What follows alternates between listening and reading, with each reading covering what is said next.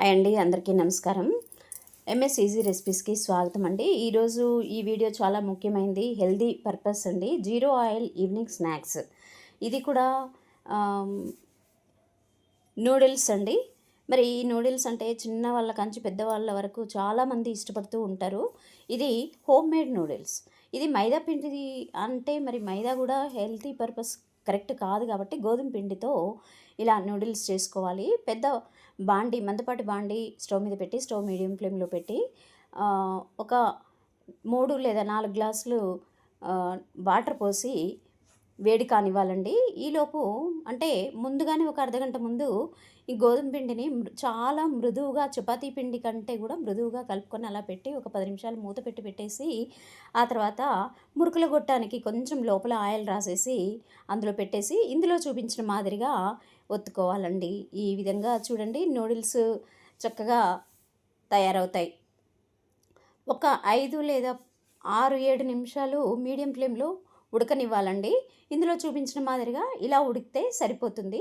ఇప్పుడు వీటిని తీసి చిల్లుల గిన్నెలో వేసి కొద్దిగా చన్నీళ్ళు పోస్తే అది విడివిడిగా అలాగే ఉంటుంది.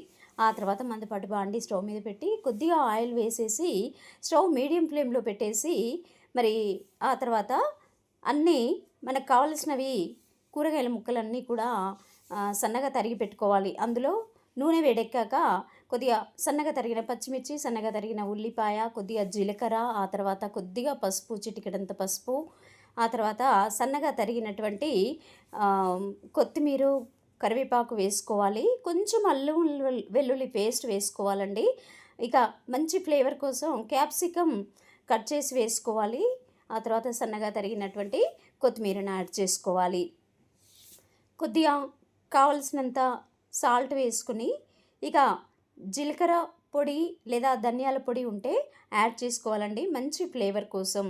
ఇది బయట బండి మీద ఉండేటువంటి ఫ్లేవర్ వస్తుందండి. మనం స్వతహాగా ఇంట్లో చేసుకుంటే అది వేరే తృప్తిగా ఉంటుంది.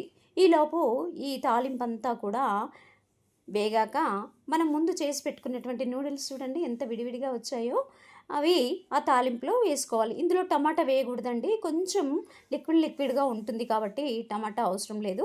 ఆ తర్వాత లాస్ట్లో నిమ్మకాయ పిండుకుంటే సరిపోతుంది పులుపు కోసం. ఇలా వేసేసుకొని కలుపుకోవాలండి. ఇక ఆ నూడిల్స్ కట్ అవ్వకుండా జాగ్రత్తగా కలుపుకోవాలి. మంచి ఫ్లేవర్ కోసం నిమ్మ ఉప్పు కానీ నిమ్మకాయ కానీ యాడ్ చేసుకోవాలి. ఇంకా కావాలంటే కొద్దిగా టమాటా సాస్ వేసుకోవచ్చు. ఇంకా నేను మాత్రం వేయలేదండి.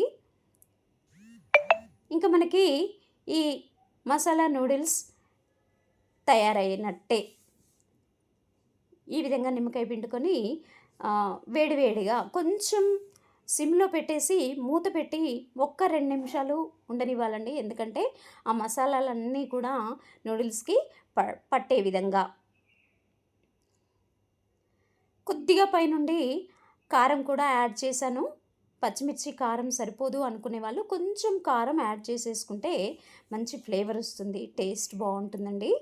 ఈ విధంగా కలిపి ఒక నిమిషం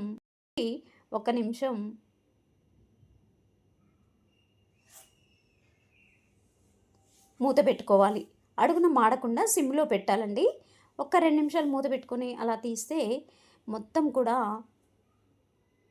ఫ్లేవర్ అంతా అన్నిటికీ కలుస్తుంది. ఇక మనకి వేడివేడిగా నూడిల్స్ వడ్డించుకుంటే సరిపోతుందండి.